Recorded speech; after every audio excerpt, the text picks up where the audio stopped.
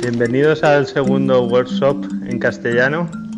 Hoy tenemos unas novedades bastante importantes. La actualidad manda.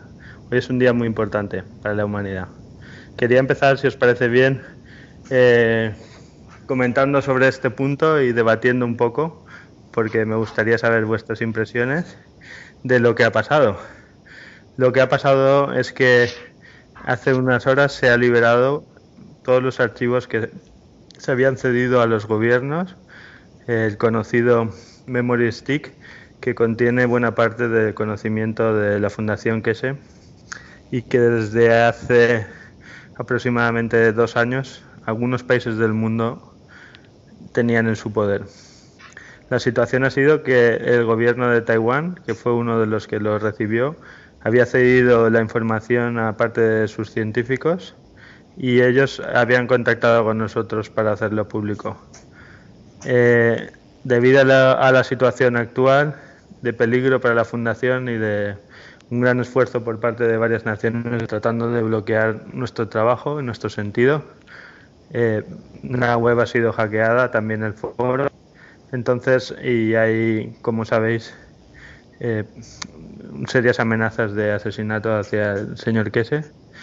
No ha habido más remedio que liberar esta información para relajar la presión y que la gente pueda ser consciente del conocimiento que tenemos y que a partir de ahora ya va a pertenecer al público.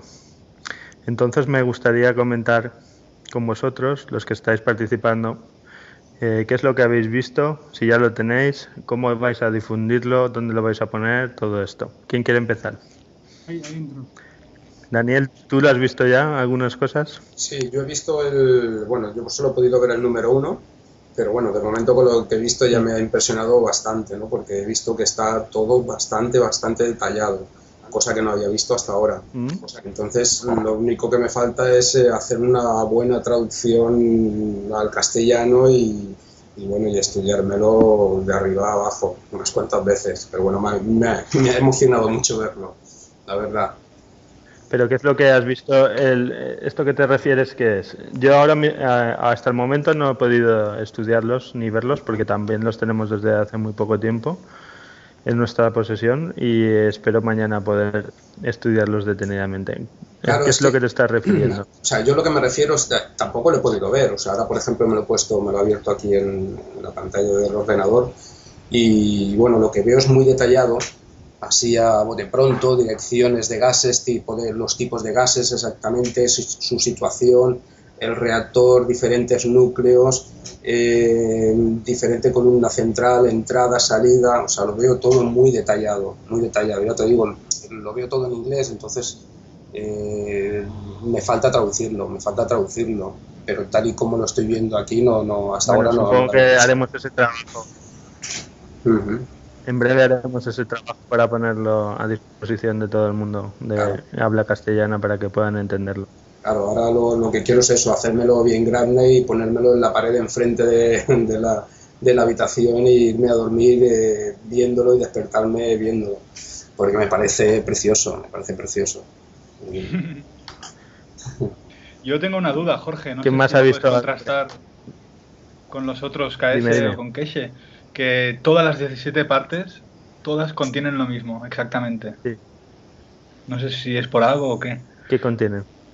Pues lo mismo, o sea, lo mismo está en la parte 1 que en la 5 que en la 17. ¿Los Pero mismos bueno, archivos? sí, exactamente, es como si fueran copias uno de la otra. Me ha sorprendido el Y lo que he visto que... microreactor de plasma. No había escuchado nunca esto. Que dice que se puede poner dentro de móviles, dentro de cualquier cosa muy pequeña y que también lo alimente y tal. Son las baterías, ¿no? Claro, en realidad el diseño del reactor es muy sencillo. Con un poco de ingeniería se puede miniaturizar, por supuesto. Y aplicar a todos los dispositivos que actualmente funcionan con batería. Incluso también puedes hacer baterías que no sean necesario cargarlas. Qué bueno. El- mm. Imaginar no solo eso, sino la electrónica con esto va a dar un salto que no os podéis ni imaginar. Porque pasar de tener que disipar calor en los microprocesadores y utilizar baterías a elementos que pueden estar construidos con superconductores y que no necesitan baterías, sino las propias piezas del ordenador pueden absorber la energía necesaria para su funcionamiento. O sea que las propias piezas se autoalimentarían y además incluso podrían contener información, ¿no? Como si fueran discos duros, todo. Bueno, hasta ahí no sé si puedo confirmarte eso, o sea, que pudiera almacenar información, pero que puedan absorber la energía necesaria para el funcionamiento es bastante obvio que se No puede habría hacer. sobrecalentamiento, entonces. No, al contrario. Os voy a ver si esta semana podemos publicar un vídeo que estoy haciendo una prueba sujetando un cable con... Bueno, en realidad hay que hacerlo con guantes, no como lo hago yo en el vídeo, pero que os puede servir de referencia. Estoy quemando un cable que está recubierto con nanomateriales, por un lado con un mechero, y lo mantengo el mechero durante bastante rato y el cable no se calienta. Y acto seguido, en 2 segundos o en 3 segundos, toco la parte que es mando y no quema para nada. Hola. Si le probáis a hacer lo mismo con un cable de cobre normal, veréis lo que tardáis en quemaros los dedos. Claro. Entonces, el tema de los nanomateriales es súper interesante, pero ya llegaremos a él porque quiero que lleguemos a ir de forma natural. Es un poco más complicado de entender cómo es la estructura de los nanomateriales, pero son realmente muy interesantes. Y aprovecho para decir que ya tenemos información, o la información que se proporciona en el vídeo de Fukushima es fundamental para entender cómo hacerlo. Y es bastante detallada como para que todo el mundo pueda empezar a hacerlo en su casa ya y empiece a experimentar con ellos. Está bien que vayáis haciendo con cobre, otros metales, que vaya cogiendo la gente experiencia, porque luego lo vamos a utilizar para muchas cosas. Y como habéis visto, el proceso es súper barato y súper sencillo, está al alcance de cualquiera. Entonces, ¿qué más podéis comentar? ¿Quién ha visto más los archivos? A mí me ha impresionado mucho el del Oasis, el famoso Oasis que se habló tanto hace tiempo, el sistema Oasis, que es para los campos de concentración, así, para las necesidades básicas. Pues que no lo había visto tan detallado como aquí, está todo. ¿Mm? ¿Qué más cosas hay por ahí?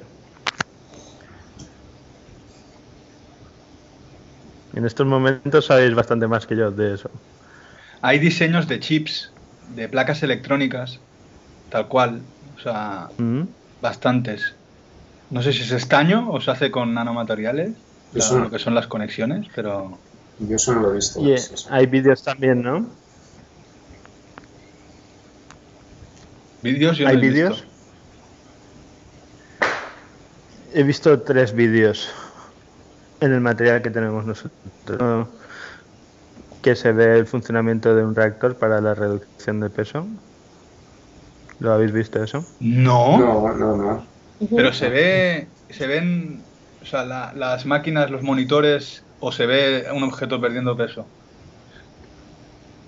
Lo he visto en cuestión de unos segundos solamente. Solo he visto como una báscula que parecido al vídeo que ya se liberó hace tiempo, pero que se ven más cosas, se ve cómo está funcionando. Es que hay muchas carpetas. Yo, por lo que he visto, solo he visto PDFs, imágenes y docs. ¿Mm? Tenemos que ver si están todos los Bueno, quiero que sepáis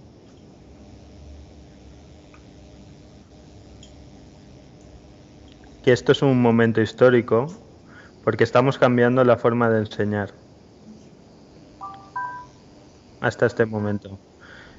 Nuestra intención es, en cuanto podamos, poder incluso que la información se pueda emitir en directo cuando nosotros hagamos pruebas.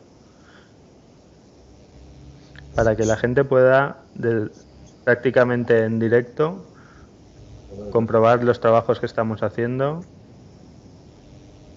y pueda aprender con nosotros. Esto ha sido muy raro hasta ahora y no se esperaban, nadie se esperaba este movimiento por nuestra parte. Lo normal es que la gente va, aprende, está 1 año, 2 años y luego enseña una parte o enseña la parte que le conviene. Nosotros vamos a enseñarlo desde el primer momento todo. ¿Qué pasada? ¿Y eso para cuándo, Jorge? Esto ya ha empezado. En realidad este proceso empieza con el vídeo de Fukushima y es el que cambia la posición de la fundación. Con el vídeo de Fukushima, antes de que nosotros llegáramos aquí, el grupo de Knowledge Seekers, ya se da una apertura por parte de la fundación donde se empiezan a liberar las tecnologías que son mucho más importantes de lo que parece a simple vista. Y de alguna manera, con nuestra llegada al instituto, ese proceso se hace más rápido y más evidente. Y la verdad es que tengo que confesaros que estoy encantado de formar parte de este cambio. Que lo vamos a ver dentro de poco en la gente. Luego ya se ha puesto de manifiesto toda la historia de la situación de la fundación, como ha pasado con los documentos que fueron liberados en varios idiomas acerca de la historia de la fundación. Y así podéis entender, para los escépticos o para los que pensaban que lo que había que hacer es volcar la información en internet, las fuerzas que habían en juego y lo que estaba pasando, y me gustaría que se pusieran en el caso de una persona que está sufriendo todo eso. Las cosas no son tan sencillas como parecen.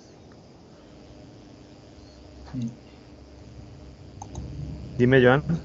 Nada, que yo sé de uno que ha visto lo de la verdad desconocida, pero no le ha cambiado nada la forma de verlo. Eso, a gente que espera lo que espera, ¿no? Fisicalidad absoluta. Jorge, una cosa, aquí en Claro. uno de los archivos, en una descripción de patente, Sí. un abstract, dice que hay estático y dinámico, que también hay reactores de plasma estático. Sí, hay formas de, con nanomateriales, tú puedes hacer dispositivos como el que estamos experimentando ahora, que también se muestra en el vídeo de Fukushima de pasada, que es el dispositivo para obtener CO2 en gel o en sólido a partir del aire. ¿Ese es estático? Y además, con este dispositivo, sí, se produce energía. Lo bonito de esto es que vamos a poder solucionar uno de los problemas más graves que tiene ahora mismo la Tierra, que es la contaminación de CO2, de una manera súper sencilla y que está al alcance de cualquiera. Nosotros hemos hecho el dispositivo utilizando botellas vacías, de botellas de agua mineral de 50 centilitros vacías. Así que ya podéis ir recogiendo las botellas de plástico que hay por la playa, porque os van a servir mucho para hacer vuestros propios baterías y vais a poder limpiar esto en CO2 del ambiente. Luego el CO2 que recogéis, no os imagináis las aplicaciones que va a tener. Pero el CO2 en ese estado es un tesoro, todo lo que vais a obtener a partir de ahí. Ya os hablaré más de esto, porque ahora mismo lo estamos haciendo. De hecho, ha sido muy divertido porque hicimos el experimento de otra manera diferente de la que nos había mostrado Mr. Kese. Y estábamos grabando el vídeo, una vez ya lo teníamos todo montado, estamos grabando el vídeo para presentarlo a la gente, y en el momento mágico que tenemos que encenderlo, no funciona. Y casi nos da un ataque de risa entre todos. Así que tuvimos que repetir el elemento, lo hemos hecho de otra manera diferente. No obstante, el que teníamos preparado sí que está funcionando, pero a un ritmo muy lento, menos de lo que esperábamos.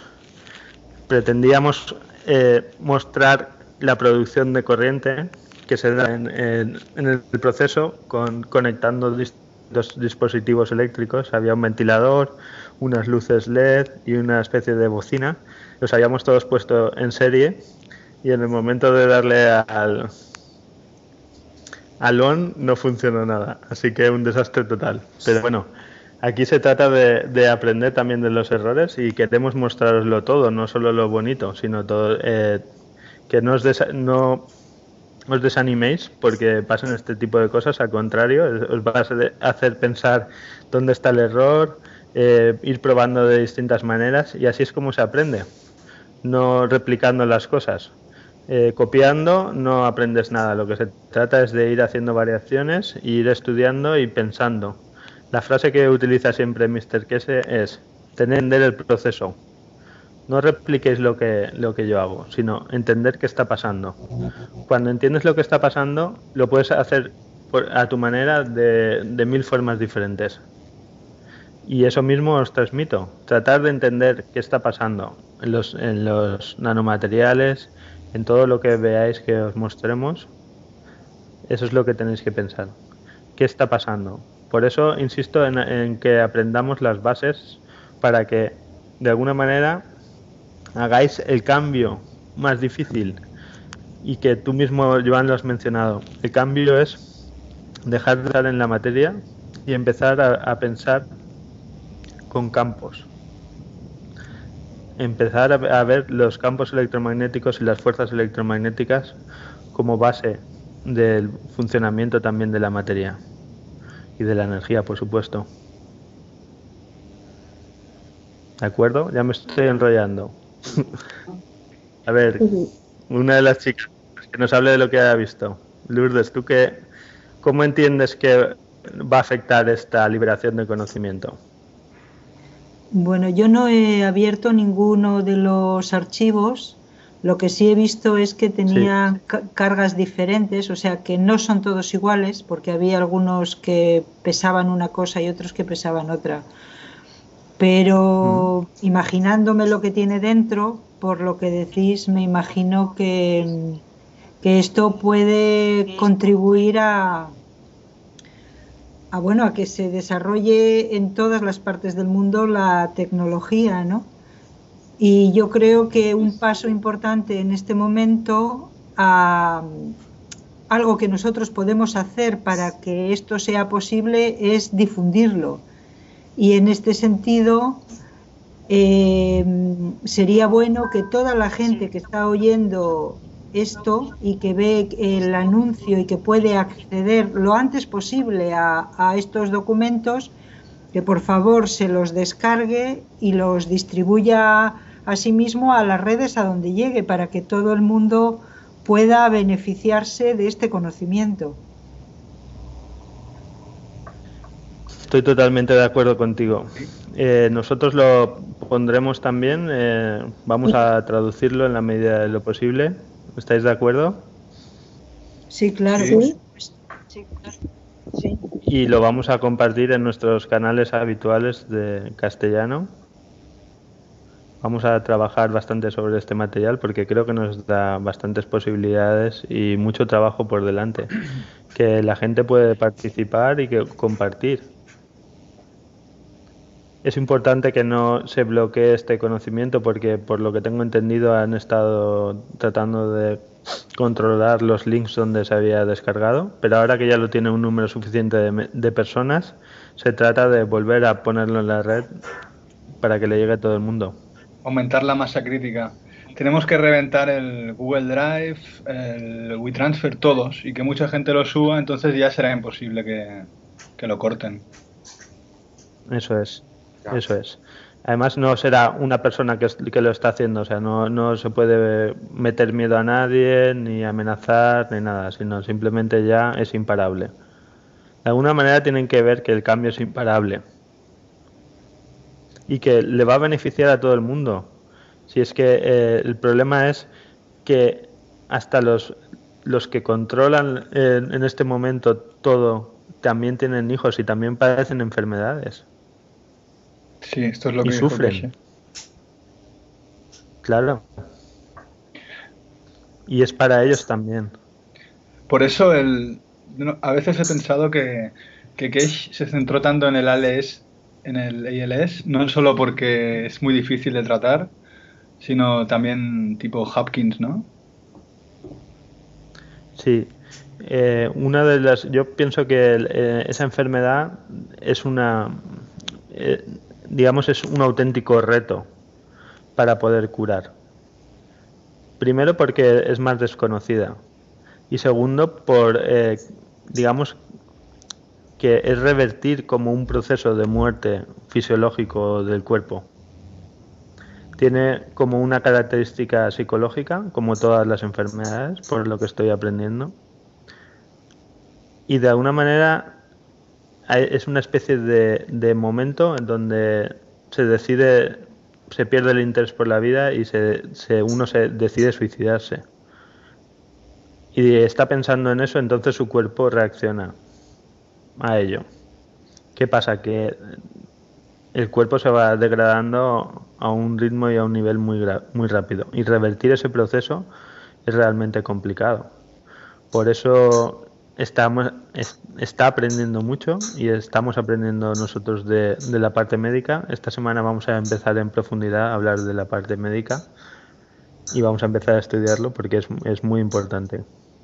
Nosotros y eso es una de las cosas que me gustaría transmitir, es que hay que aprenderlo todo, de todas las facetas. Uno de los grandes problemas que ha tenido la ciencia ha sido la compartimentación. Es decir, no, tú estudias física, tú estudias química, tú estudias biología, tú ingeniería, pero no puedes hacer ni aprender nada de las otras ramas. Sí. Eso es un gran problema. Nosotros estamos aprendiendo todas las áreas del conocimiento. Desde esa visión global es cómo se llega al conocimiento. Si no, simplemente es una especialización que de alguna manera lo que hace es prepararte para un trabajo, pero para nada más. O sea, al final es un camino de esclavitud también, mental. Y es una de las cosas de los tabús que tenemos que ir rompiendo. Para poder llegar a donde queremos llegar, aquí se trata de ir borrando muchas cosas, muchos programas que tenemos en el sistema operativo ahora, que hacen que el ordenador no funcione correctamente. Entonces tenemos que empezar a borrar y a formatear cosas que nos impiden pensar de una manera holística, de una manera conjunta, donde vemos las cosas desde una perspectiva amplia. ¿Queréis comentar algo más respecto a esto o empezamos? No, yo simplemente que a mí me parece perfecto este último, porque siempre me ha gustado saber de todo, ¿eh? Para mí es ideal.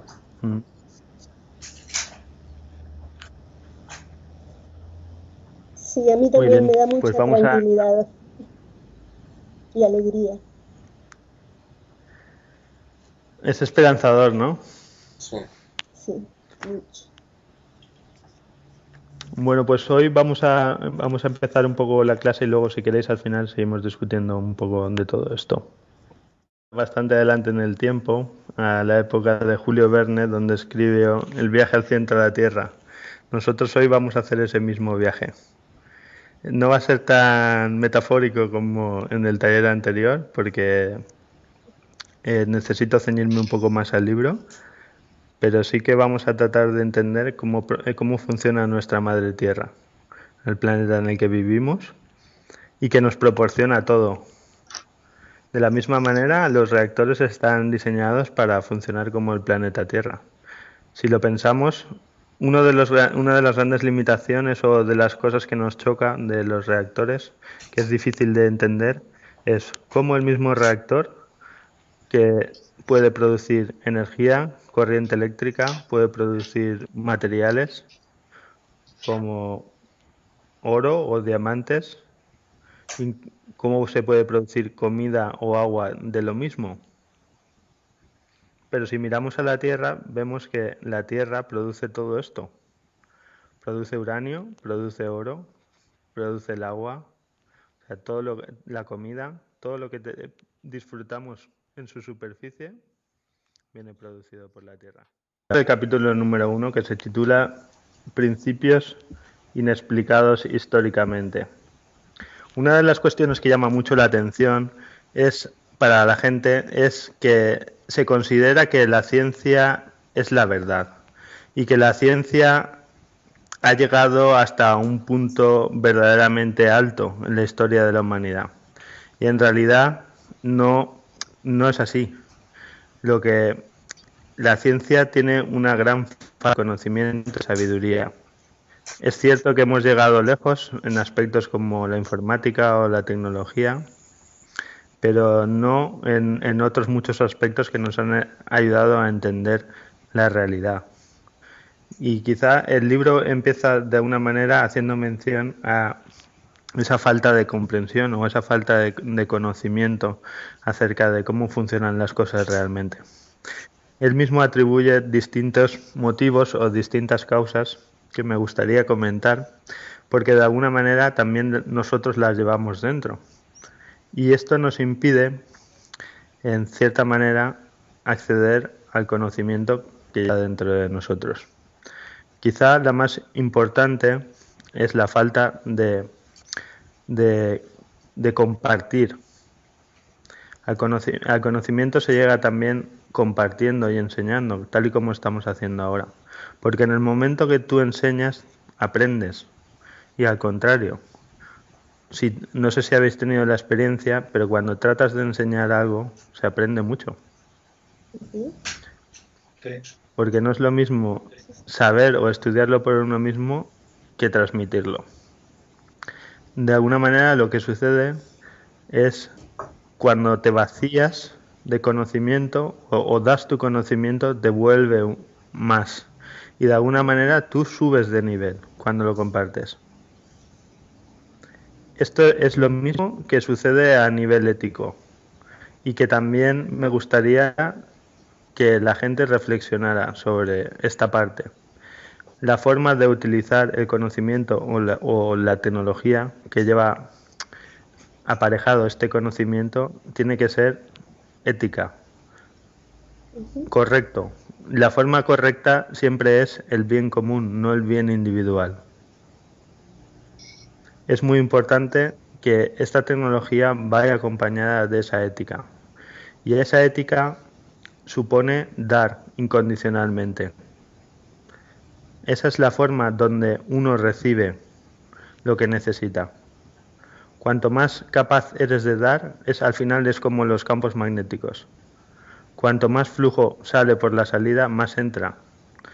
Y hemos sido programados al contrario. Hay que darse cuenta de esto, de que si yo tengo 10 billetes en la cartera y te doy uno a ti, solo me quedan 9. Pero tú no puedes ser feliz si los demás no son felices. Y la forma que tienes de hacer felices a los demás es dar. No darlo todo, dar lo que eres.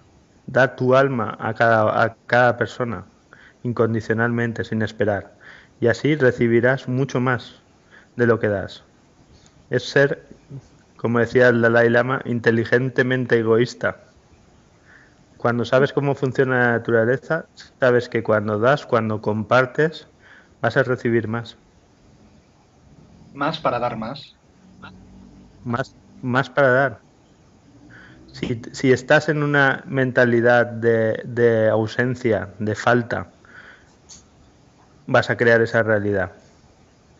Con lo cual, libérate de esa forma de pensar, porque de alguna manera te está limitando y te está impidiendo ver cómo son las cosas en realidad.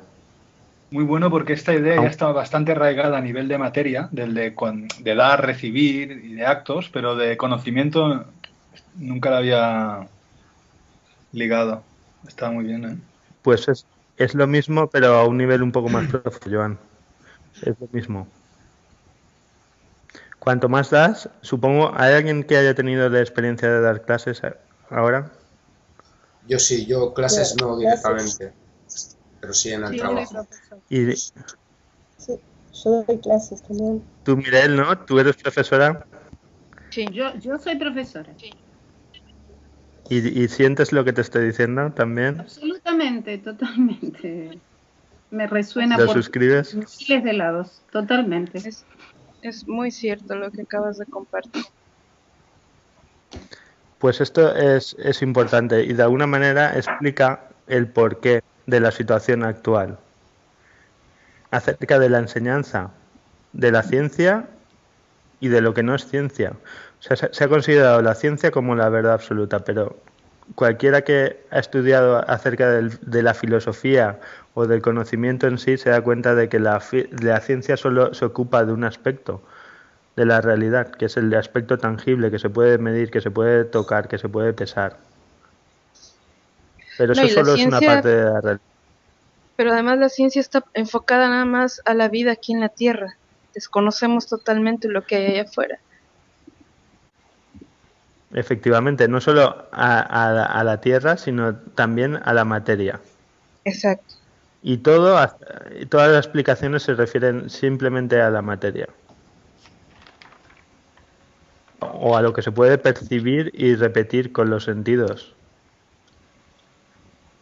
Entonces, eso es una de las causas fundamentales, lo que ya mencionaba, de la compartimentación, los compartimentos estancos de saber. El saber no tiene conocimiento, no tiene estanqueidades.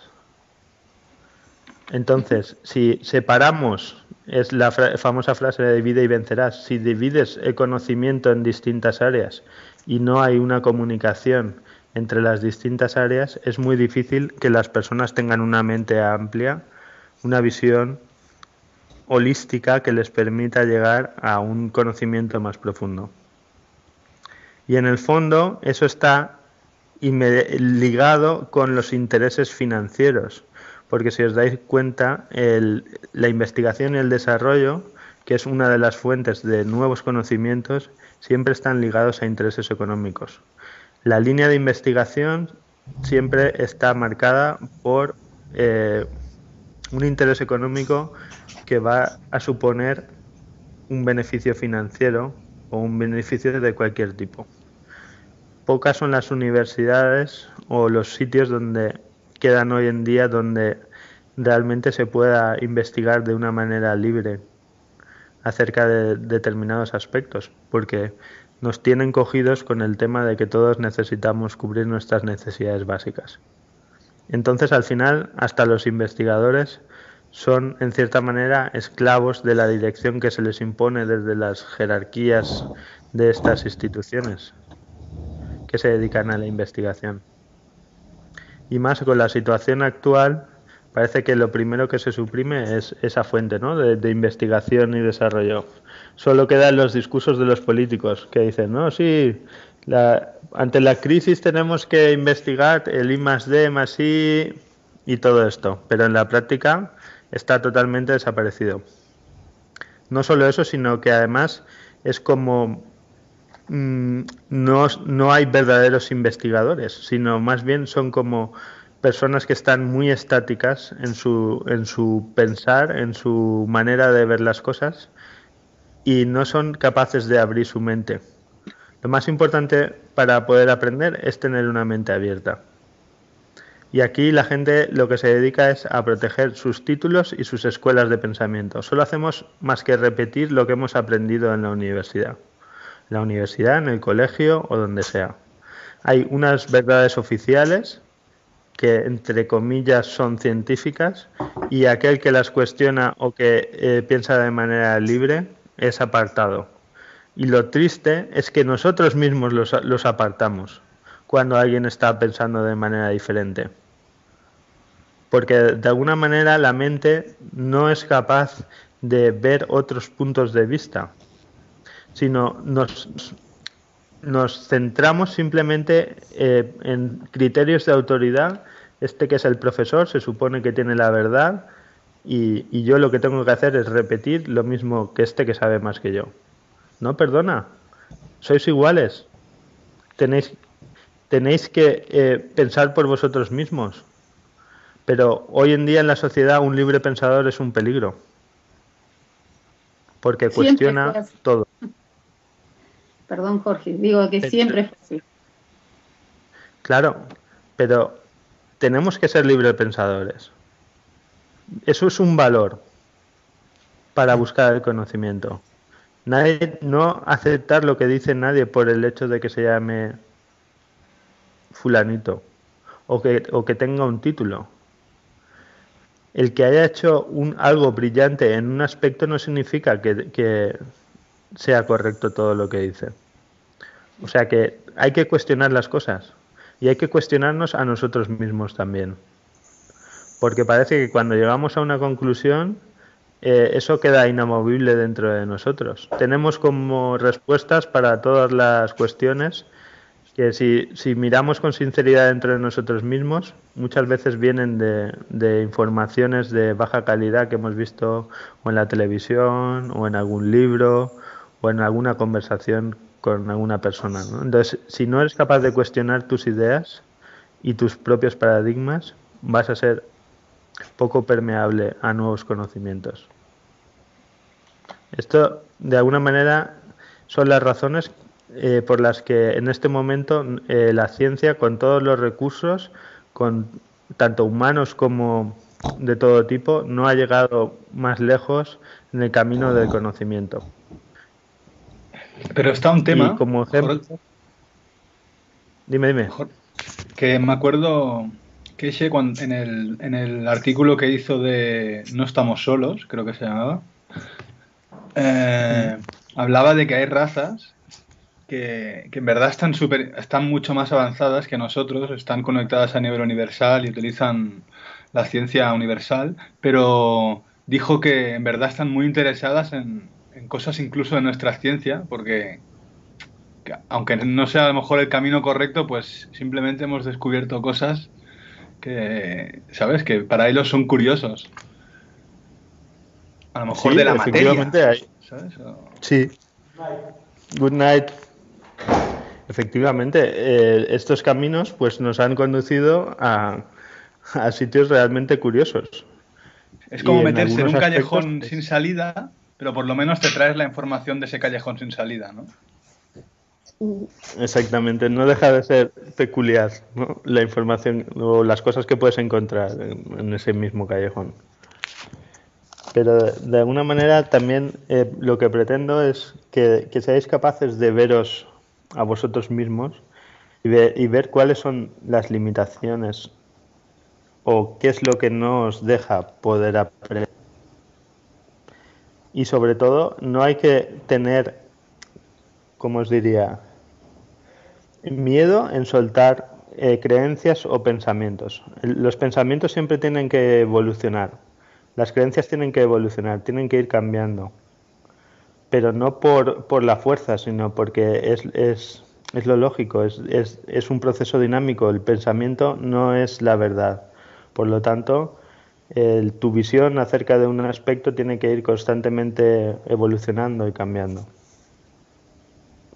Como ejemplo de esta situación de la falta de comprensión del mundo científico, se habla de la fusión, de todo el esfuerzo que se ha puesto en el mundo científico para lograr la fusión como medio de producción de energía, en los cuales, como veis, actualmente se han gastado billones y no se ha llegado a ningún resultado. De alguna manera porque se ha establecido como correcta ciertas hipótesis que van contra las leyes naturales de cómo se produce en el universo. Para que se logre la fusión en los reactores se necesitan unas elevadas fuerzas gravitacionales internas que van a permitir que se fusionen los átomos. Y ahora mismo lo que se está haciendo es tratar de confinar o proporcionar esa fuerza mediante bobinas electromagnéticas que contienen el plasma y que están proporcionando ingentes cantidades de energía. El señor que se lo compara con tratar de hacer una tortilla. Sí, es el ejemplo de los huevos. Si el plasma es el huevo, además me gusta mucho ese ejemplo. A mí también. Si un plasma es un huevo, en la corteza o la parte más visible sería la materia, la yema sería la materia oscura y la clara sería la antimateria. Entonces, de alguna manera, ese confinamiento electromagnético con tan alta energía es como si cociera el huevo, lo hiciera más duro. Y entonces pretenden fusionar 2 huevos para una tortilla, haciendo huevos duros primero y luego lanzándolos uno contra otro a gran velocidad. Y de alguna manera, ese es, en resumidas cuentas, cómo se está tratando de obtener la fusión en los reactores de hoy en día. Una cosa, Lo ¿no que es se al revés? trata es... O sea, la clara, la ¿Cómo al materia revés? transitoria y la yema, la primordial.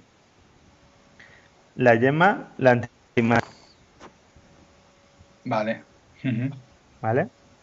Lo que está más en el centro es la yema, ¿no?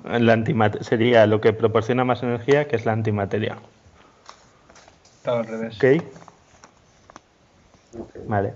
Entonces, sí, la manera más eficiente simplemente es cascar los huevos, poner levadura o harina y los ingredientes que quieras y luego freírlo y hacer la tortilla.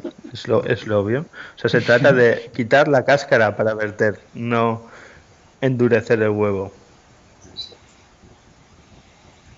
¿Vale? Entonces, esto es lo que quería comentar referente a la forma en que se está haciendo ahora. ¿De acuerdo? Que muestra esa falta de comprensión o ese empecinamiento en métodos duros, sea como sea. Si hace falta 1.000.000 de grados, no pasa nada. Ponemos la energía suficiente para que suba esto hasta 1.000.000 de grados. Si no sabéis manejar ni esa energía ni esos grados, ¿cómo vais a hacer algo desde ese punto de vista? Es lo que está diciendo. Son métodos antinaturales, ¿no?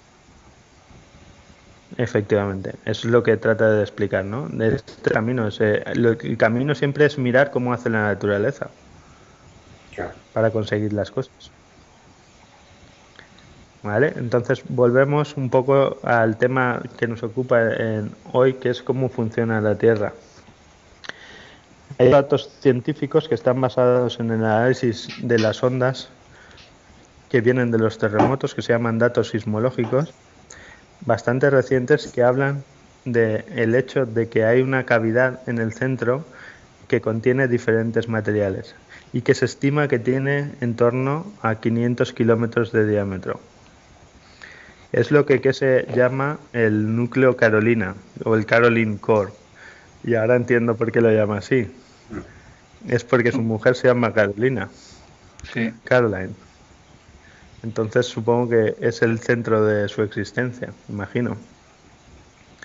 Muy bien, pues ese hecho, ese núcleo interno está relleno de unos materiales que luego vamos a comentar, que sería el equivalente a el núcleo central de nuestro reactor.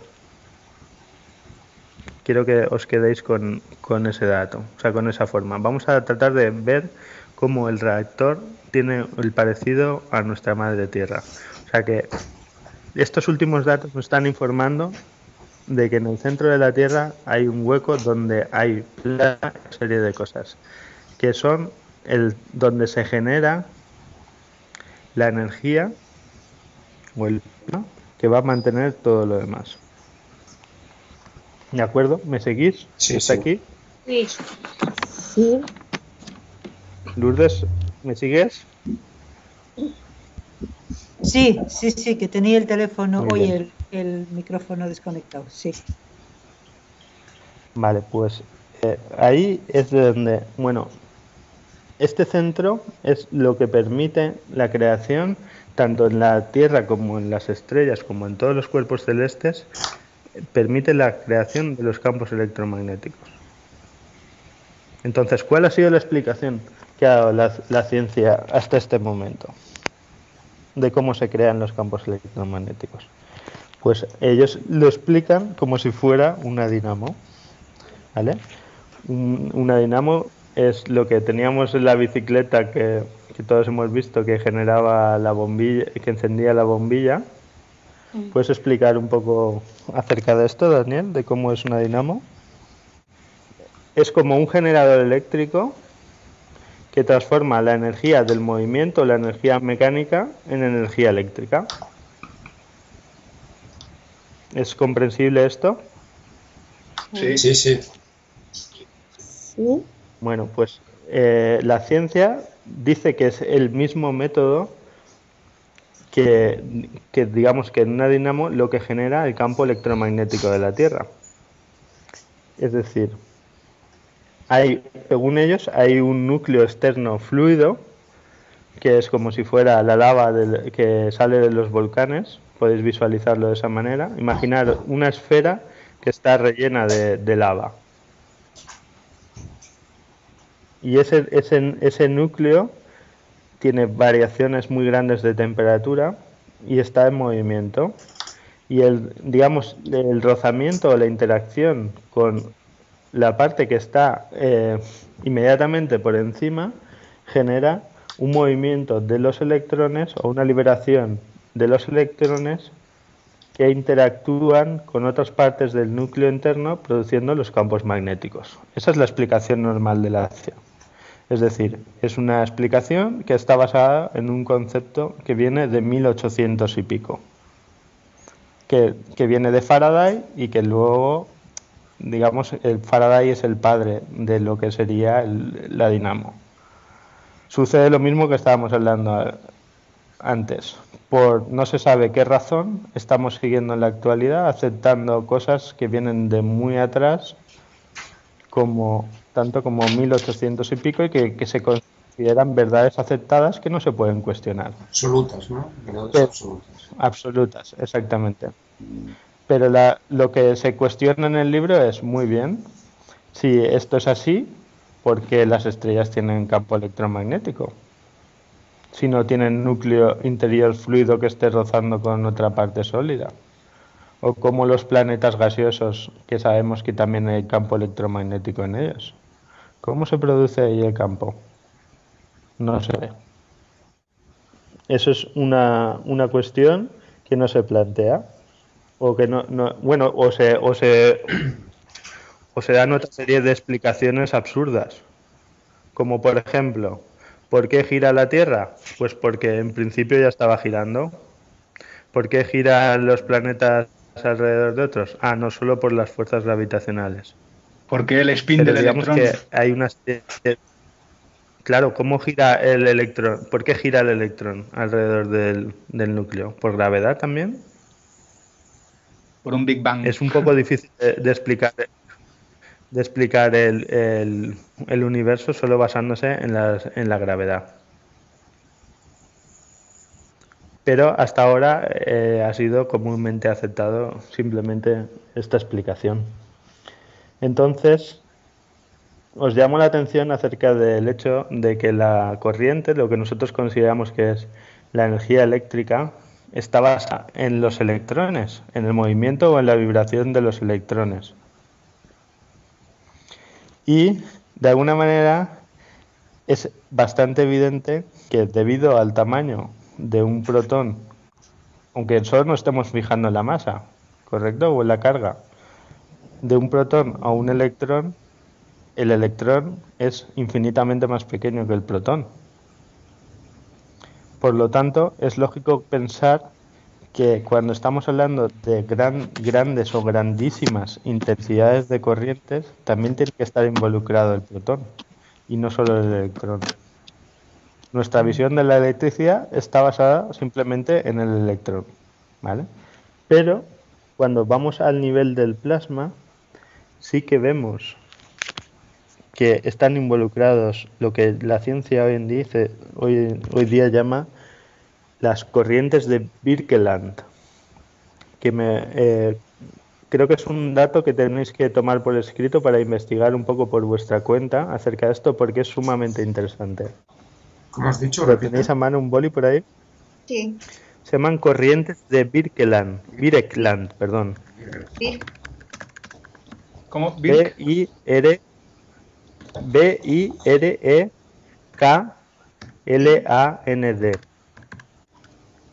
En el principio de Birkeland podéis buscar en internet.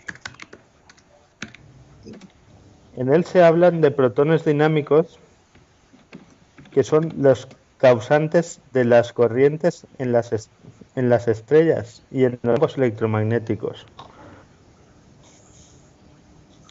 O sea, sería como una electricidad que está más bien basada en los protones más que en los electrones.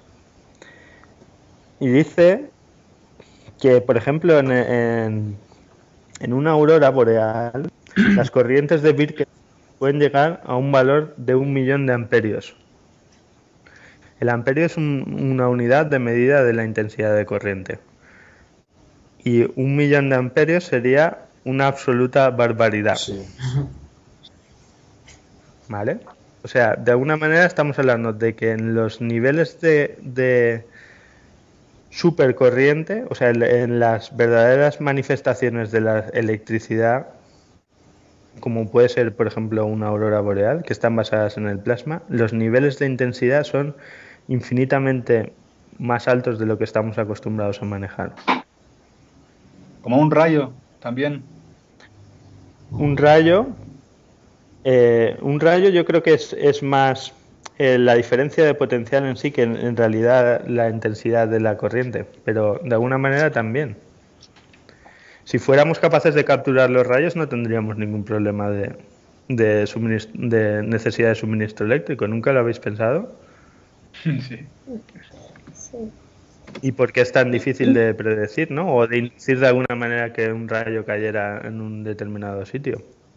Porque en realidad no estamos funcionando de acuerdo a las leyes naturales, ni sabemos acerca de las leyes naturales.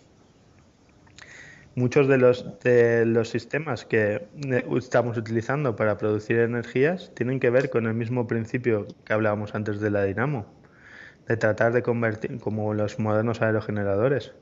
Estamos aprovechando esa energía mecánica, ese movimiento, para transformar eso luego en energía, en corriente eléctrica.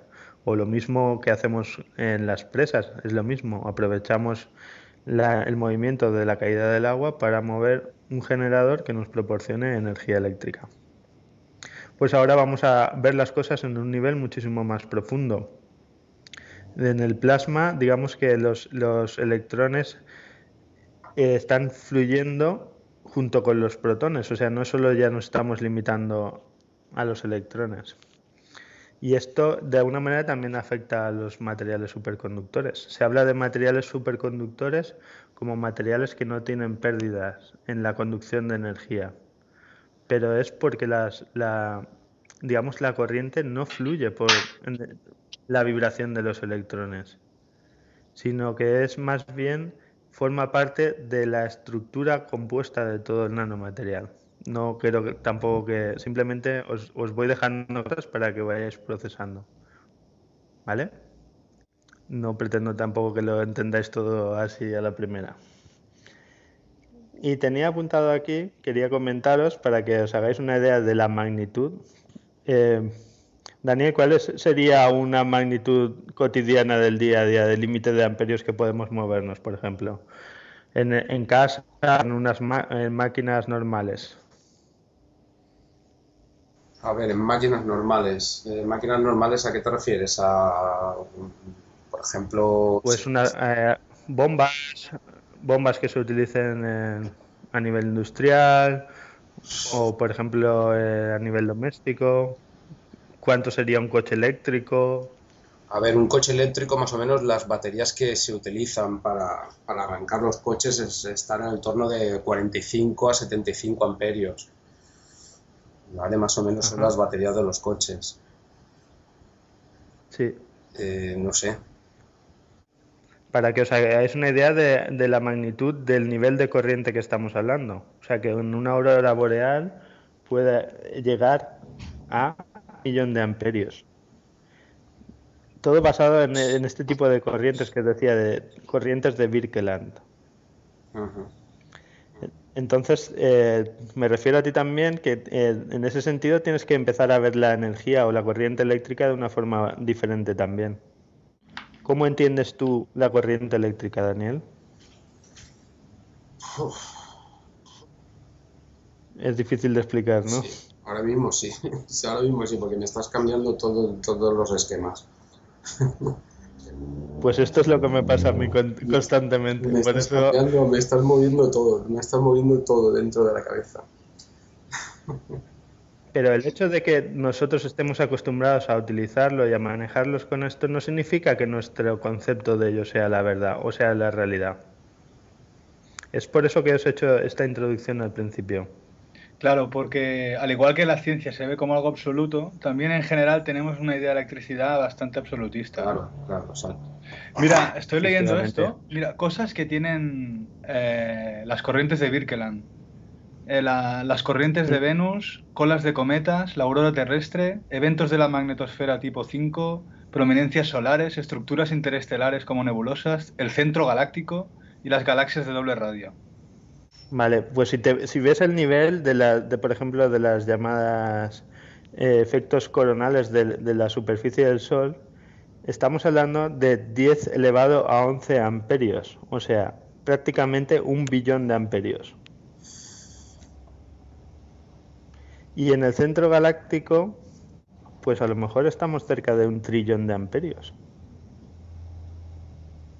Si nos hacemos una idea de la magnitud del tipo de estas corrientes eléctricas, veremos la importancia que tiene en el funcionamiento del universo, o de las estrellas, en la electricidad, que es una de las fuerzas fundamentales, no la gravitación. La gravitación en sí misma no explica nada. Os recomiendo, si queréis ver como deberes o material extra, un documental que se llama El universo eléctrico. ¿Lo tenéis apuntado? Muy bien, pues volvemos a la Tierra. De las estrellas volvemos otra vez a aterrizar en la Tierra y volvemos a ese espacio que estábamos comentando, que nos ofrecían los datos sismológicos y que sabemos que está ahí. ¿Cuál es el contenido de ese espacio? Tenemos nanomateriales, tenemos elementos o materiales radiactivos como plutonio, uranio, potasio. ¿Y qué está sucediendo ahí? Pues están sucediendo procesos de fisión y de fusión.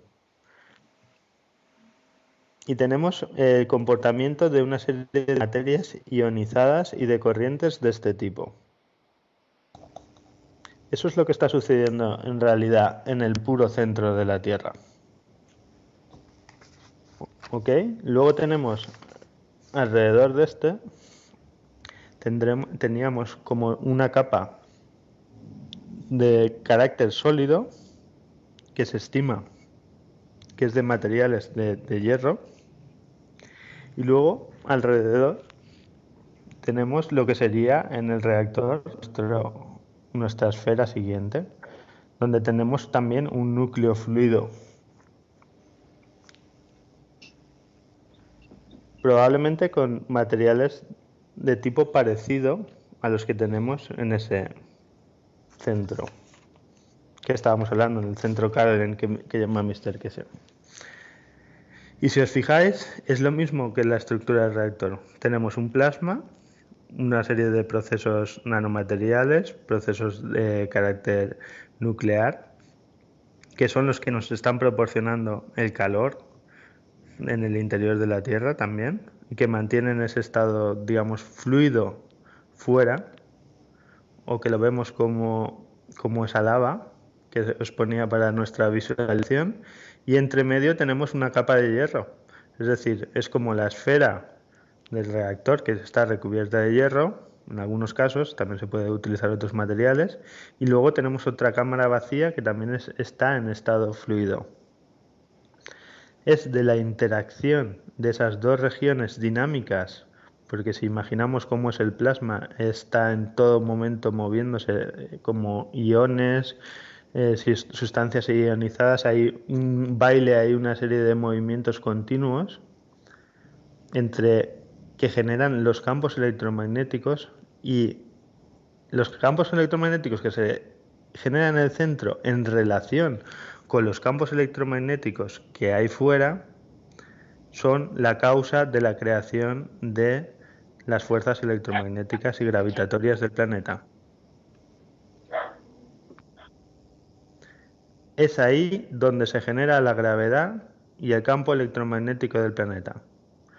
Y lo hemos visto, el campo electromagnético lo hemos visualizado muchas veces como si fuera una manzana de color arcoíris que rodea la Tierra. ¿La habéis visto alguna vez esa imagen? Sí. Sí. La ionosfera, ¿no? No, la ionosfera es una de las capas de la atmósfera. Me refiero a la envoltura electromagnética de la Tierra, que es como un toroide. La manzana. ¿Ok? Los anillos de Van Allen. Pues Ese núcleo ese sería el campo corazón de la Tierra. electromagnético, el corazón de la Tierra está generando todo eso, que va mucho más allá del límite físico de la Tierra. Y es la manifestación donde, digamos, la envoltura magnética, electromagnética del planeta. Vamos a hacer un pequeño descanso para la mudanza. Yo sigo viendo el paralelismo con el cuerpo humano y quería preguntarte si justamente si el corazón del cuerpo humano es paralelo en su función al corazón de la Tierra. Es análogo. Sí, todo funciona en realidad de la misma manera. ¿Vale? Pero en el cuerpo humano es en el centro del cerebro donde está el plasma.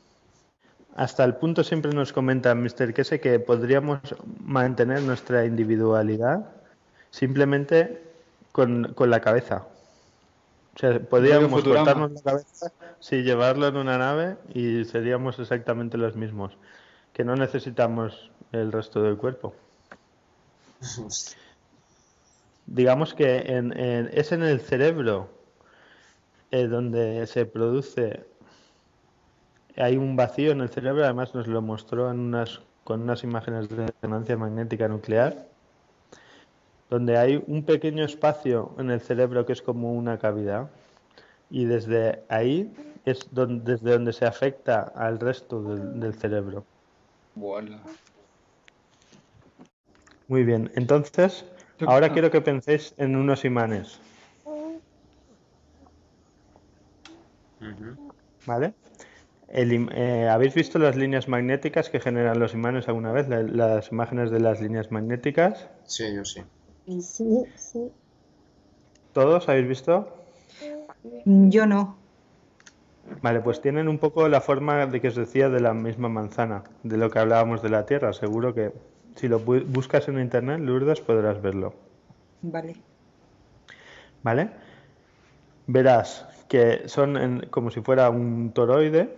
Hay un punto la ciencia habla de polo norte y polo sur en un imán, pero nosotros vamos a hablar de salida y entrada, que es más claro. Hay una parte del imán donde salen el flujo electromagnético, y puedes imaginarlo como el agua que hablábamos el otro día, como si el agua que saliera del donut y entra por la otra parte del agujero del donut. Así son los flujos electromagnéticos. A la parte donde salen se le llamaría salida y a la otra parte se le llamaría entrada.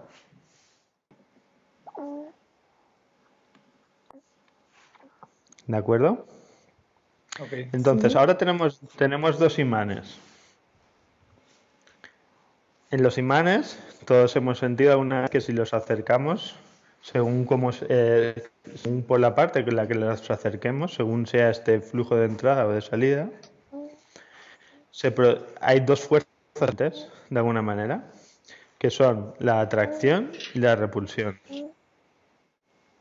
¿Correcto? Sí. Esas dos fuerzas se generan simultáneamente en los imanes, ¿no? Sí. ¿Vale? Pues lo mismo sucede en el planeta Tierra.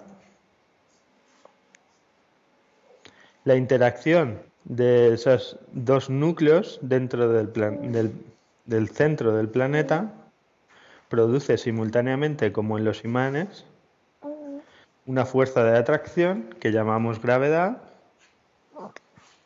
que tiene que ver con la unión de dos polos diferentes de signo diferente, es decir, una entrada y una salida,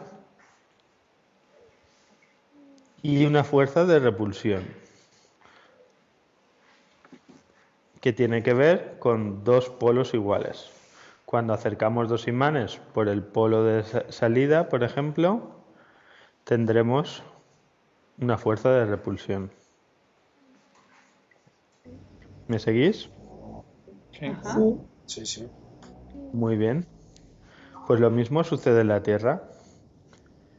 Simultáneamente, la interacción de esos dos núcleos dinámicos, además de producir el calor que manda la temperatura del núcleo y de todas las capas de la atmósfera, perdón, del manto de la Tierra y de la Tierra, se están produciendo de manera simultánea como consecuencia de la interacción de esos dos núcleos, la fuerza gravitatoria o lo que llamamos fuerza hacia adentro, que atrae los cuerpos hacia el centro de la Tierra, pero a la vez se está produciendo también lo que llamamos una fuerza electromagnética hacia afuera.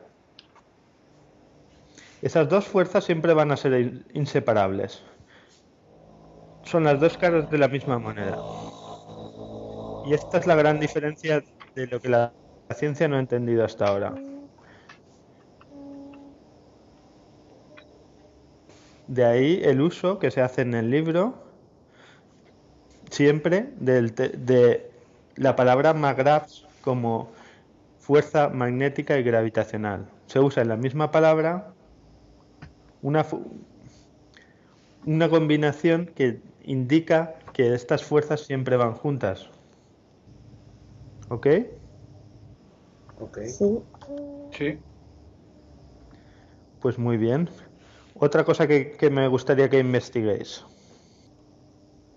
Aunque no lo sepáis, o yo no lo sabía hasta hace bastante poco, pero buena parte de los premios Nobel de física del siglo XX, sobre todo a partir de 1930, han tenido que ver con el estudio del plasma. Aunque esto no ha llegado al público. Y hay en especial un científico que se llama Hans Alfvén, creo que es noruego o no, es nórdico, con H, Hannes Alfvén. Es interesante para investigar esto también, si lo queréis ampliar un poco, os va a parecer muy interesante su trabajo. ¿Puedes repetir, Jorge, el nombre? Sí, Hannes Alfvén.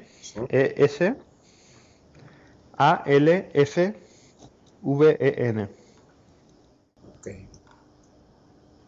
Muy bien, entonces ahora volvemos a las estrellas otra vez. Entre ellas, como hablábamos, muchas están hechas de un solo material, como el caso del Sol. Entonces, ¿cómo se produce ahí esa creación de gravitación del campo electromagnético? Pues se produce debido a la variación de la compresión y a la temperatura que hay en las diferentes capas. Digamos que el plasma, estando en diferentes grados de compacidad o de densidad y de temperatura, tiene unas propiedades electromagnéticas o tiene otras. Y es en la interacción, imaginaros ya si el dinamismo que hay en las capas de una estrella. En esa interacción entre las distintas capas se producen fuerzas gravitacionales y también fuerzas electromagnéticas simultáneamente. Vale, hasta ahí todo claro. Pero eso no significa que sean iguales en cada sitio, en cada punto, sino que dependen, por ejemplo, en la Tierra, la fuerza predominante es la fuerza gravitatoria en la superficie de la Tierra. Pero conforme nos vamos alejando de la superficie de la Tierra, la fuerza gravitatoria va disminuyendo. Si nos alejamos mucho, que es lo que sucede cuando lo vemos en las películas como Gravity, prácticamente la fuerza gravitatoria desaparece. Y hay un punto de equilibrio que tiene que ver donde las fuerzas se balancean. Normalmente está en el límite del campo electromagnético. Ahí, en ese límite, normalmente es donde se equilibran las dos fuerzas. ¿Ok? Ok. Sí. ¿Ese límite se puede comprobar con imanes? Claro. Sería cuando están cuando se mantienen, ¿no? Como por ejemplo, los pones dos imanes circulares dentro de un vaso de su mismo diámetro y se queda uno flotando encima del otro. Es muy fácil cuando juegas con imanes, y además os recomiendo que empecéis ya a hacerlo, porque así es como vais a sentir y vais a aprender acerca de la fuerza electromagnética. Los imanes, siempre elegir imanes que son como un anillo, son los más didácticos, que no tienen nada en el centro. No, esferas también pueden ser interesantes. Y tenéis que manejarlos con mucha precaución y mucho cuidado. Empezar a utilizar imanes que no sean muy potentes, porque son bastante traicioneros al manejarlos. Podéis perder literalmente algún dedo, como utilicéis imanes muy fuertes. Y además se rompen enseguida. Eso no lo había visto yo hasta aquí. Adiós. Aquí están prohibidos los de esfera. ¿Los de esfera están prohibidos? Sí, sí, por los críos, porque se ve que habían habido problemas de que los críos pequeños se los habían tragado y es un problema porque se pegan. Sí, sí. Bueno, hay unos que son muy fuertes, son muy intensos, que son los imanes de neodimio. Sí. Vale, pues os recomiendo que tengáis de distintos tamaños de imanes de neodimio, que tienen forma de anillo. Ahí es donde vais a sentir y a experimentar y aprender. Quiero que empecéis a jugar con eso y a probar. Hay un vídeo. Y veréis. Hay un vídeo. Veréis que. Jorge, ¿me oyes?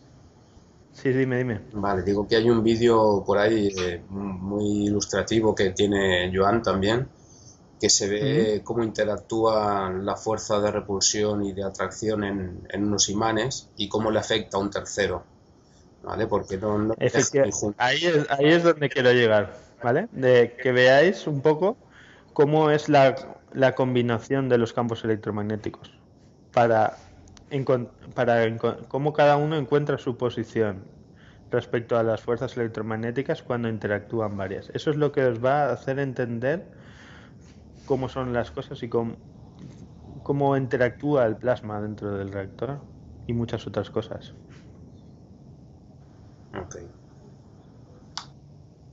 Entonces veréis que la distancia es muy importante. O sea que podéis visualizar o imaginar, yo lo hago así al menos, cuando tengo un imán, me imagino esa especie de toroide o ese donut, y acercando uno veo cuál es su distancia de influencia uno con el otro, por ejemplo.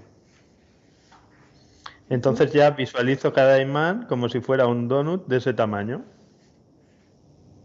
Pero un donut no como un donut físico que está parado que no hace nada, sino como una entidad que está generando en todo momento ese flujo de energía a través de las paredes del donut. Yo tengo una pregunta. ¿Es igual la fuerza de repulsión que la de atracción en un imán? Es igual la fuerza de repulsión que la atracción en un imán, sí. Hasta donde yo veo, sí. Por ley.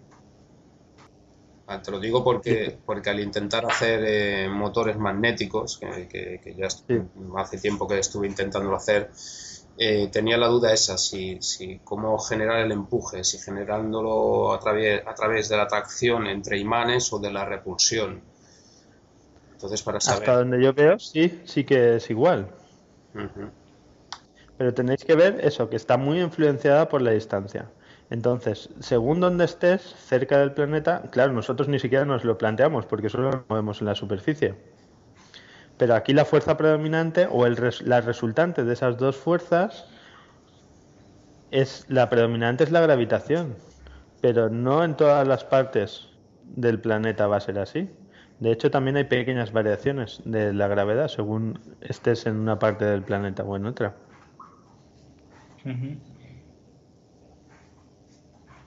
¿Vale? Entonces, esa variación de intensidad del campo electromagnético de las fuerzas va a permitir que esa energía se manifieste de una manera u otra. que es lo que veremos luego en los reactores. O sea, en el fondo, el kit de la cuestión es: ¿cuál es tu intensidad electromagnética? ¿Cuál es la intensidad electromagnética o la característica esencial de una madera, de un plástico, de un metal, lo que sea?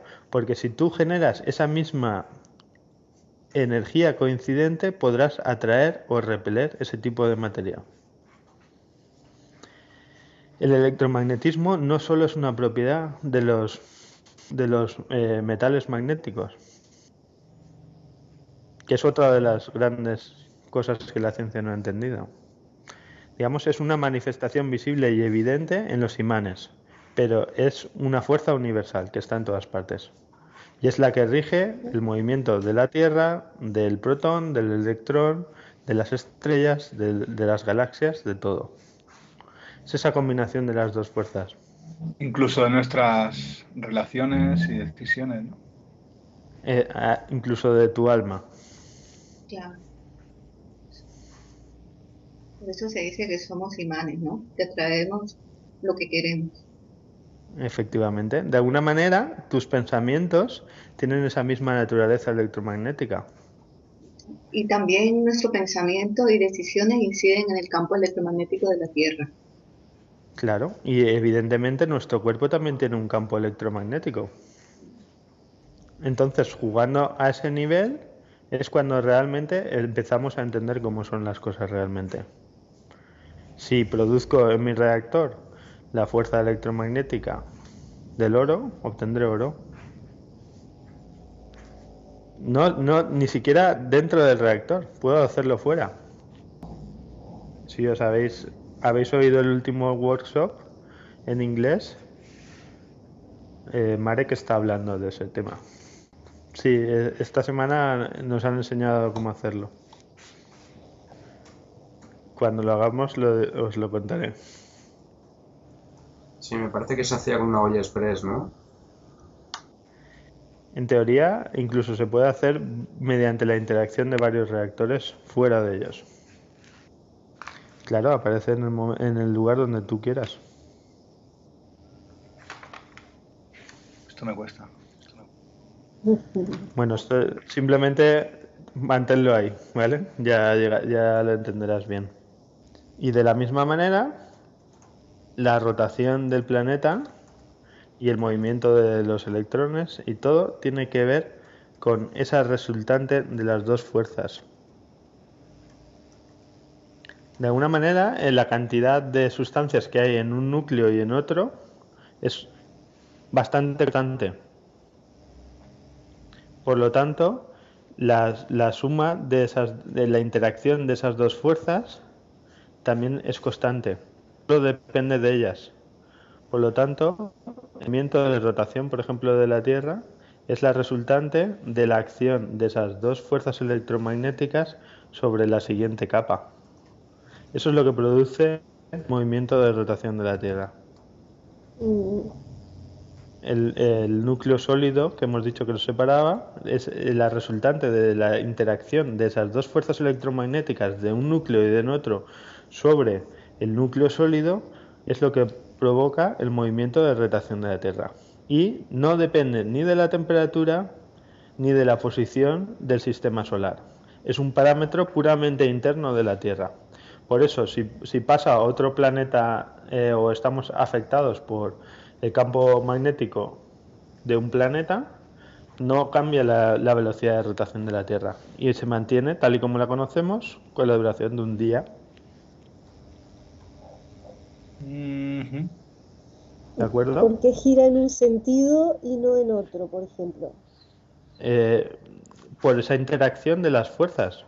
Pero en un momento dado, si cambiáramos de hecho se puede cambiar el flujo de los campos electromagnéticos dentro de los núcleos, podríamos hacer que la Tierra rotara en el sentido contrario.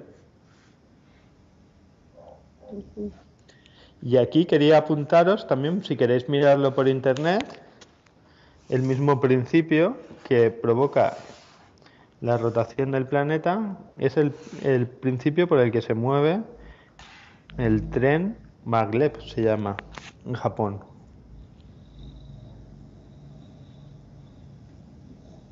¿Lo habéis oído alguna vez? ¿Un Un tren? un tren que levita sobre la vía. Sí, el de Japón Sí. ese que va a 500 kilómetros, ¿no? Por hora. Sí, es muy rápido. Se llama tren de levitación magnética. Jorge, ¿nos puedes contar algo relacionado con todo esto respecto a la Luna? O sea, la marea y todo esto, ¿se puede mirar desde otro punto de vista relacionado con esto? Porque, no sé, podría ser también cosa de verdad, no solo de la gravedad como nos enseñan, sino algo también electromagnético, ¿no? Claro, ahora con esta información, con este conocimiento, tenéis que empezar a replantearos las cosas de esa manera. De tratar de entender, bueno, pues no solo es la gravedad, sino también hay esta serie de dos fuerzas, ¿no?, que se presentan en todo momento. De alguna manera también hace referencia a esa dualidad, ¿no?, que es esta dimensión. Esas dos fuerzas siempre están dentro de nosotros también. Dar y recibir, ¿no? Es como si todo se reduciera a Efectivamente. eso.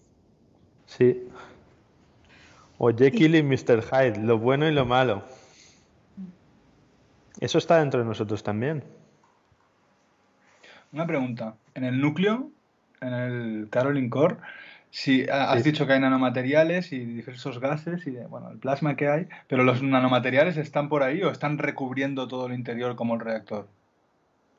Pues imagino que están por ahí, no sé, no te puedo decir, pero Porque imagino que están por ahí.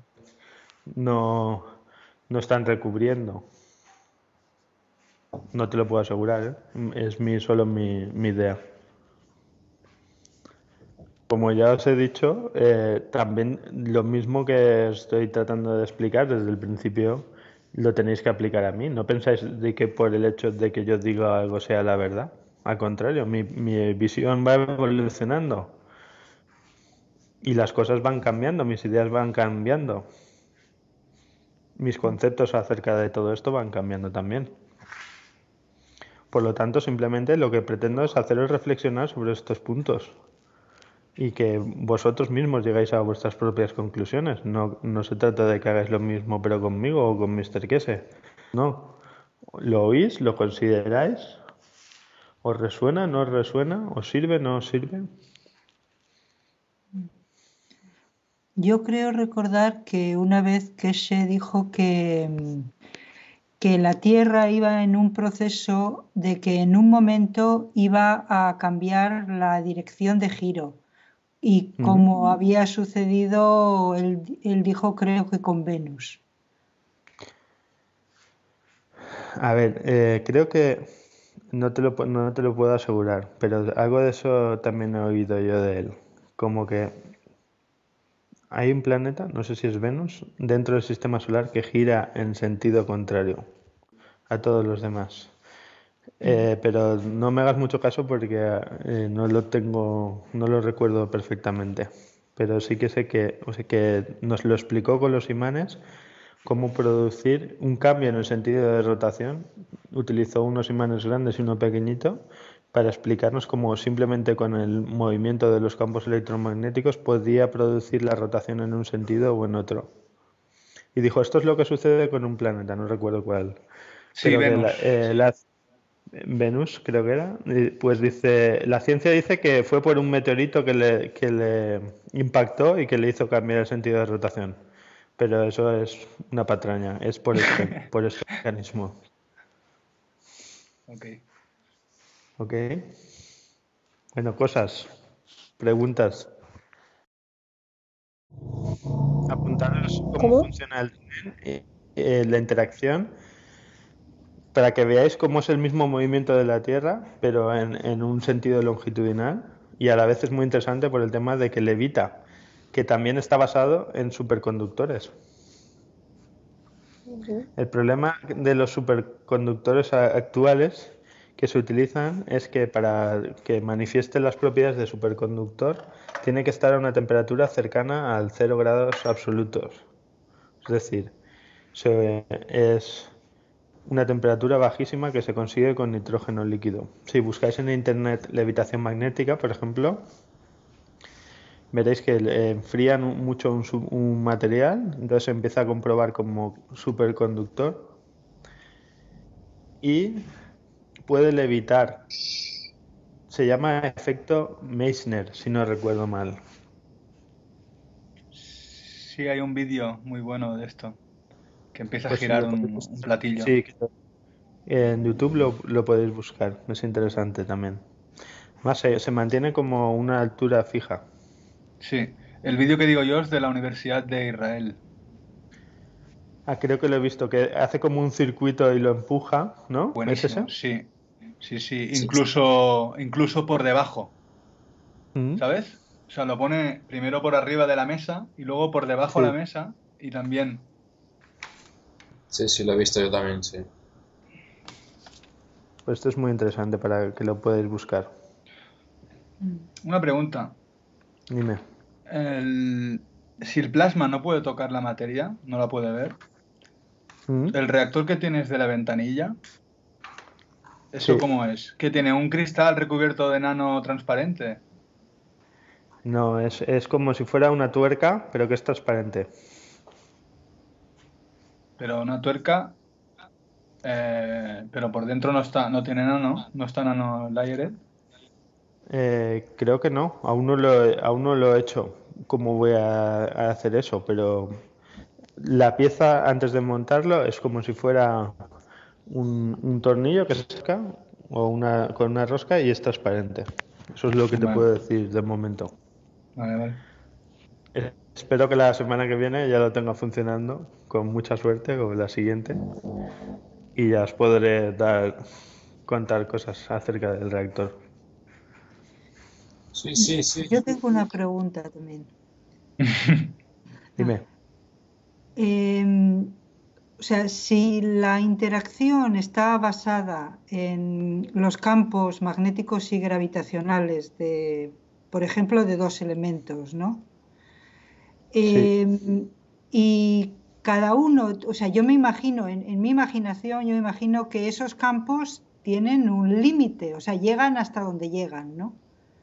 Entonces, sí. tú has dicho que es importante la distancia, y yo me lo imagino así, ¿no? O sea, cuanto más cercanos, más influencia de los campos, o sea, más influencia del uno con el otro. Efectivamente. Entonces, Sí. si son muy lejanos, o sea, por ejemplo, porque ¿qué se habla de, por ejemplo, para viajar o para Sí. relacionarse con algo que está muy lejano? Tiene Mm. uno de los dos por lo menos que tener un campo magnético gravitacional que llegue a tocar el otro, porque si no, no puede haber ese, no se puede encontrar ese punto de equilibrio que produzca el movimiento o la relación, ¿no? A ver, no te puedo contestar con certeza a la pregunta, ¿vale? Pero de alguna manera puede que en determinados niveles de energía el espacio no sea ningún problema, ¿vale? En unos imanes, o sea, digamos que ese flujo electromagnético podría viajar infinitamente lejos, si lo quieres ver de esa manera. Mm. ¿Vale? Es Eso evidente, sería, por ejemplo, en los imanes, cuando tú estás en la zona límite, digamos, que empiezas a notar cuando se atrae, lo puedes manejar, pero cuando te acerques más, notarás como el imán se te va de las manos, como que de repente la fuerza se incrementa mucho, Sí. ¿vale? Eso, digamos, a nivel más práctico. Pero evidentemente sí que es cierto, ¿no? Cuando nos lo ha explicado de esa manera. Si tú quieres ir a Sirio, simplemente programas tu reactor con la fuerza electromagnética que coincida con la de Sirio y vas a Sirio. Buenísimo. ujú, Claro, Eres atraído hacia allí. claro, a eso me Jorge, Y refería. otro tema es, digamos, cómo medirlo, O sea, que por lo eso que dice fue lo que le Lourdes, pregunté yo. no haría falta que los dos campos, o sea, el de Sirio y el de la Tierra, no se tocarían. O sea, pero igualmente tú puedes sintonizar y ir, ¿no? Claro. Puedes, al ponerlo, tú eres atraído hacia allá. Claro, yo O sea que Lo que es no sé es una resonancia. no es resonancia. Además, yo se lo pregunté de esa manera también. Y me dijo, en el plasma no hay resonancia. ¿Cómo se le llamaría? Es como, no sé cómo, claro, como una Eso sería coincidencia. como... Sí, Sintonización de frecuencia, de intensidad de campos, ¿no? Sí, cuando coinciden esos mismos campos, es como esa coincidencia es lo que produce la fuerza. eso Esto es lo sería mismo como de lo que la sanación. hablábamos con lo de los tornillos. ¿Os acordáis que os decía? Solo se pueden emparejar los que son similares. Ujú. ¿Vale? Entonces, de alguna manera, tampoco hay que entender el espacio como lo entendemos ahora, como si fuera el universo fuera un espacio grande donde solo se puede viajar como máximo a la velocidad de la luz. No, es una visión mucho más difícil de entender, como si el espacio en realidad no tuviera relevancia. Porque si tú puedes viajar a una velocidad que es infinita, ¿qué sentido tiene el espacio? Imagínate que los campos a velocidad infinita. ¿Qué sentido tendría el espacio? Es decir, estás tan lejos, ¿no? Si estás en el momento, eh, eh, digamos que el espacio está relacionado también con la velocidad, en cierta manera. De hecho, la fórmula física es así, pero Espacio de tiempo, ¿no? quiero que entiendas que en el concepto mental decir, pues aquí está esta galaxia, luego más para allá está la otra, ¿no? A tantos años luz o tal, eso no tiene sentido. Para mí ya. Yo me imagino que podría ser como una especie de waypoints, ¿no? Como el GPS, ¿no? Que, por ejemplo, tú configuras tu reactor, primero lo configuras, te traza una ruta, primero que te coincida no sé, con Marte, luego con Saturno, luego con Neptuno, cada uno tiene una configuración diferente y primero te atrae hacia un sitio, no sé. Eso es. Buenísimo. Una ruta, claro. Exacto, tendría que ser algo así. Pero en vez de poner las coordenadas, digamos, tienes unas coordenadas de intensidad Claro, Buenísimo. electromagnética. exactamente, electromagnéticas. Pero tenéis que Lo verlo veo como también la un poco sanación a como las distancia. muñecas rusas. O sea, una que está dentro de otra, ¿no? Por ejemplo, nosotros estamos dentro del campo electromagnético de la Tierra, pero a la vez estamos dentro del campo electromagnético del Sol, que a veces Claro. está dentro del campo electromagnético de la estrella que lo rija. Y a veces está dentro del campo electromagnético, así todo como muñecas rusas que van unas dentro de otras. Ujú. Entonces, si está todo el sistema solar está dentro del campo electromagnético del Sol, hay una serie ahí de solapamientos, ¿no? Os digo que la distancia no tiene mucho sentido a ese nivel. O sea que podríamos estar dentro de campos magnéticos, dentro de campos magnéticos, dentro de campos magnéticos de intensidad creciente o decreciente, según cómo lo mires. Exacto. Y que se afectan los unos a los otros. La verdad es que cuando lo ves de esa manera mentalmente y da un poco de vértigo. Sí, bastante. Sí, Yo lo mires veo para como donde la mires. sanación a distancia, Jorge. La sanación a ¿Perdón? No distancia. te he oído. Que lo veo como la sanación a distancia. Porque tanto como mentalmente, o sea, una mente de una persona puede sanar a otra a distancia, como a través de los imanes también. Se puede sanar con Sí, biomagnetismo a distancia. sí, sí. Claro, porque los campos pueden viajar. No te he entendido bien todo qué es lo que quería decir, porque hay una parte que no lo he oído bien. Dije que con los imanes o se puede sanar a distancia y lo mismo una persona sanar a otra con su mente a distancia. Creo Y que por eso supuesto, sí. explica, esas experiencias explican lo que estás diciendo, lo que tú estás diciendo. Claro, para los campos no, la distancia no es tan importante. A Para ver, es que, nosotros en nuestra mente, digamos que lo referimos un poco al espacio tal y como lo entendemos, pero el espacio en sí también es un concepto muy, muy profundo. como dijo Keshe, que, por ejemplo, a mí me gustó esa parte de que no interactuamos con los campos del creador, pero que interactuamos con campos que interactúan con Mm. los campos del creador. Entonces sería como no sé, como algo fundamental claro, planetas ni a nada. Entonces sí que, claro, que veo esa forma de ver que está anulada el espacio de alguna manera. Mm. Claro. Dependiendo también, si lo quieres ver de esa manera, una intensidad muy, muy, muy grande podría llegar o muy lejos, aunque es, no sé, no sé, es solo una manera de entendernos, no es algo que tenga una realidad en sí, no sé si me explico.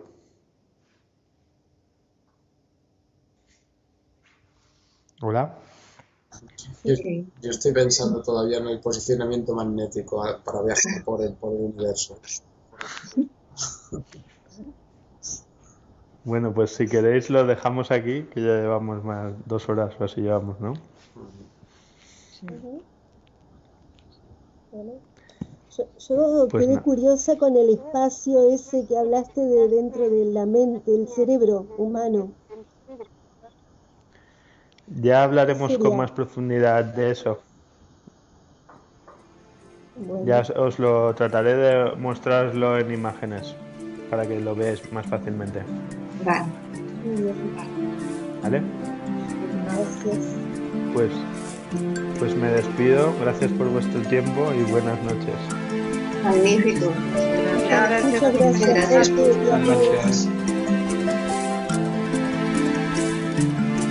Eu canto nas alturas, a minha voz é Yo no retinida. puedo quitarme, no puedo borrarme la imagen del reactor ese con doble columna central, ¿eh? Esos son antiguos. ¿Sí? Sí. Los nucleares. Hay, bueno, hay diferentes opciones para eso. Hay una pieza muy interesante que ya te lo pasaré la semana que es como dos imanes circulares con dos imanes de anillo juntos y eso va incrustado en la base, en una especie de bandeja y luego en la otra parte, conectado al motor, hay otros dos imanes. Con lo cual, al girar, los imanes en la pieza ya inducen dentro del reactor la turbulencia. Ajá. Sin estar dentro. Y el movimiento rotatorio. No están dentro de la cámara, es que no te hace falta que el imán esté dentro de la cámara. Cuantas menos cosas tengas dentro del reactor, Menos mejor. impedimento. Claro, porque todo tiene que estar recubierto. Y es un trabajo bastante difícil recubrir. El plasma no puede ver en materia. Ajá. No puede estar en contacto con ninguna materia. Entonces, si tú metes ahí una válvula o metes ahí algo, tienes que recubrirlo perfectamente. Y eso es un trabajo de chinos. Porque ten en cuenta que los nanomateriales no se pueden tocar. ¿Y qué se hace? ¿Como una espátula o algo?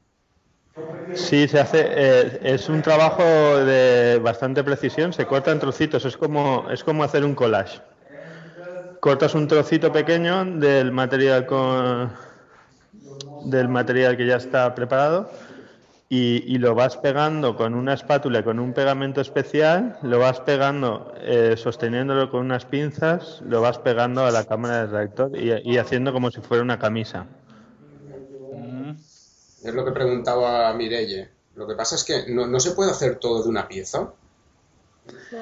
Claro. Sí, lo que puedes hacer es directamente, por ejemplo, en mi reactor, yo ya lo tengo, no lo tengo así, sino que lo tengo directamente, mi núcleo central es de cobre y yo directamente lo que he hecho ha sido, bueno, no lo he hecho yo, sino ya venía así, pero le estamos dando otra capa, recubrir el cobre. Toda la pieza entera toda la pieza entera. Bueno, tarde o temprano habrán como tiras, ¿no? Así como las de fibra de vidrio. Algo que lo calientas, lo quitas y ya está el nano ahí puesto o algo así, ¿no? Sí. Bueno, hay mucho camino. La forma guay de hacerlo, que ya yo se lo vi hacer a Kese, Daniel, es pones la malla, ¿vale? En el fondo de la caja. Si no es muy grande, la caja mejor. ¿Vale? Pones la malla, pones los materiales, mejor que vayas con pocos y del mismo material en principio, ¿vale? Por ejemplo, cobre. Pones el cobre ahí, todo preparadito en la malla. Y entonces, luego echas la sosa con generosidad y en ese mismo momento tiras el agua caliente sobre los montoncitos. Si haces unos montoncitos ahí de sosa, lo tiras sobre los montoncitos y enseguida lo tapas. Y el propio vapor que sale de la sosa con el agua caliente ya inicia el proceso. Vale, y verás que se ponen negros. ¿Tiene que quedar cubierto de agua o puede quedar un poquito por debajo de la pieza? Tiene que cubrir totalmente, el agua. Sí, totalmente cubierto. Vale. ¿Y qué es más importante, ese paso o el segundo de las pulsaciones? Ese paso. Este es el más importante. Sí. Luego lo que sucede ahí ya es, digamos, lo del azul es un óxido. Puede que te interese tener un óxido, el color azul o el verde, te interese tenerlo o no te interese tenerlo. Por ejemplo, ahora los que estoy haciendo yo no me interesa tenerlo, ¿vale? Pero en el momento tú ya lo sacas de la sosa, ya es como un capacitador. Entonces, en el momento tú lo trasvasas, que se tiene que hacer lo más rápidamente posible, lo mides y verás como de repente se pone el voltímetro, sube un montón, a lo mejor en negativo o a lo mejor en positivo, a lo mejor hasta 60 o cosas así, y luego baja enseguida. Es como que el capacitador entrega la energía enseguida. ¿Vale? Conectas unos con otros. Si usas tiras, por ejemplo, no lo cuelgues solo en una tira. O sea, nosotros lo que hacemos es una caja de estas del chino, ¿vale? Y hemos hecho como un marco arriba que se sujeta. Lo he visto. Y colgando los alambres. Pero es el mismo hilo el rato. Está conectado todo el hilo, ¿vale? Para no tener que hacer distintas conexiones. Entonces colgamos no sobre un hilo, sino 2 hilos, el cobre, las bandas de cobre. Como si estuvieras extendiendo la ropa, ¿no? ¿Te refieres? Sí, y el tiempo que dice él en el vídeo es para todo, no solo para esto, sino para todo. Se requiere tiempo, se requiere hacer las cosas con calma. Como vayas con prisa no te sale absolutamente nada. O sea que si en vez de 24 horas lo dejas ahí 48 horas o 72 horas, mejor. Y luego tienes que repetir el proceso varias veces. Sí, pero ¿qué es lo que añade las capas? ¿El proceso de la sosa? Sí. O sea, tú puedes hacerle, por ejemplo, las 24 horas, hacerle el proceso de la sosa y cuando han pasado esas 24 horas volver a repetir el mismo proceso sin las pulsaciones. No. Luego lo llevas al otro, lo dejas secar y le das las pulsaciones. ¿Vale? Y luego lo vuelves a la sosa otra vez.